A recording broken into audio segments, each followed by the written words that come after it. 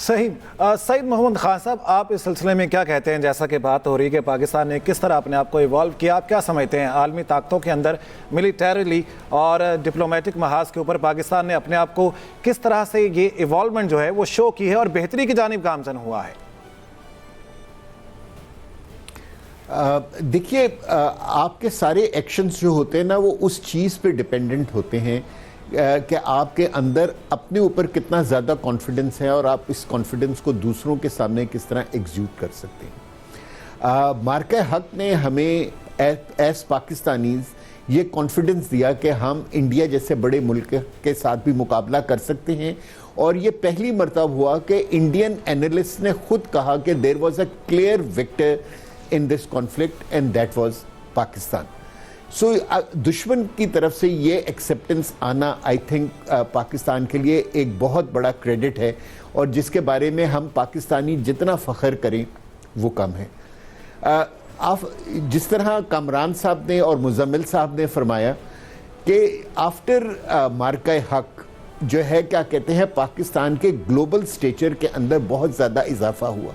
और आप ख़ास तौर पे अगर देखें तो बहुत सारी कंट्रीज़ ने हमें अप्रोच किया क्योंकि उन्होंने देखा कि वो वेपन्स जो कि पाकिस्तान ने खुद बनाए हैं इंडिजिनस, जैसे JF-17 है या दूसरे कुछ स्पेशलिस्ट बॉम्ब्स या ड्रोन्स या यूकेव्स, उन्होंने इन सब चीज़ों के लिए पाकिस्तान को अप्रोच किया। हमने सऊदी अरेबिया के साथ एक स्ट्रेटेजिक डिफेंस डील की, हमने अज़रबैजान, सूडान और लीबिया के साथ एक दिफाई मुआहिदा किया और पूरी दुनिया जो है उसने पाकिस्तान के साथ अच्छे ताल्लुकात को अपना टॉप प्रायोरिटी के ऊपर ले आए क्योंकि पूरी दुनिया जो है वो विक्टर के साथ खड़ा होना पसंद करती है। जब ये ईरान अमेरिकन कॉन्फ्लिक्ट शुरू हुआ तो मेरे ख्याल पाकिस्तान ने अपने आप को इवॉल्व किया from being a military super power to a diplomatic super power और हमने बेहतरीन डिप्लोमेसी की।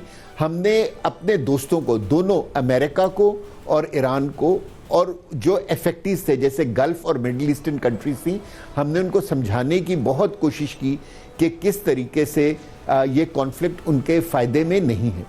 और अच्छी चीज़ ये थी कि पाकिस्तान दुनिया का वो वाहिद मुल्क था जिसकी ये सारी कंट्रीज बातें सुन रहे थे और वो इसलिए सुन रहे थे क्योंकि वो उनको ये पता था कि पाकिस्तान, एक तो उसकी नीयत अच्छी है, दूसरा वो ये है कि वो हमारा दोस्त है और उसकी और हमारी जो क्या कहते हैं आप कहें कि जो सालसी के ऊपर तकरीबन हर कोई एग्री अपॉन कर रहा था। सो अब जब कि मैं ये देखता हूँ कि ईरान और अमेरिकन वॉर अपने इख्तिताम को पहुँच रही है, गल्फ कंट्रीज़ के अंदर भी एक नया सिक्योरिटी पैराडाइम जन्म लेगा और ये जो डिप्लोमेटिक विक्ट्री है ये पाकिस्तान के लिए एक इकोनॉमिक विक्ट्री और एक मिलिट्री, हमारे डिफेंस के जो डेवलपमेंट है उसको बहुत स्ट्रॉन्ग करेगी। क्योंकि मैं ये देख रहा हूँ कि गल्फ कंट्रीज़ जो हैं उनको कुछ चीज़ें बड़ी क्लियर होगी।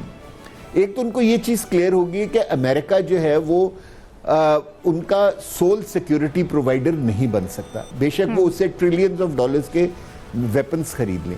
और इजराइल जो है वो इस इलाके में उसका ग्रेटर इजराइल प्रोग्राम है, जिसका मतलब ये है कि वो सारी गल्फ कंट्रीज और मिडिल ईस्टर्न कंट्रीज को उनको उनके बॉर्डर्स को दोबारा रीडिफाइन करना चाहते हैं। सो ये जो अब्राहम एकॉर्ड है मे बी एक फसाड हो, लेकिन एक्चुअली वो इजराइल का एक एक्सपेंशनिस्ट डिज़ाइन है।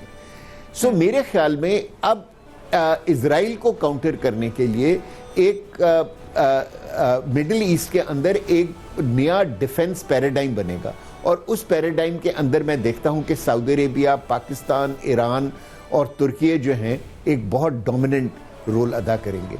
और अगर जो है जिस तरह आपको पता ही है कि पिछले एक साल में 4 कंट्रीज़ हमसे JF-17 की डिमांड कर चुकी हैं। अगर हमारी ये सेल्स बढ़ती हैं तो आप ये देखें सिर्फ इन 4 कंट्रीज़ की सेल्स मिला के कोई $12 बिलियन की हैं। सो अगर ये सेल्स बढ़ती हैं तो हमें एक बहुत बड़ा इकोनॉमिक बेनिफिट भी मिलेगा और दूसरा ये है कि क्योंकि पूरी दुनिया में डिफेंस सेल्स जो हैं वो एक किसी भी कंट्री का एक की इकोनॉमी का एक मेजर हिस्सा होते हैं। सो मैं पाकिस्तान के लिए एक बहुत ताबनाक फ्यूचर देख रहा हूँ। बिल्कुल ऐसा ही है और इंशाल्लाह ऐसा ही होगा।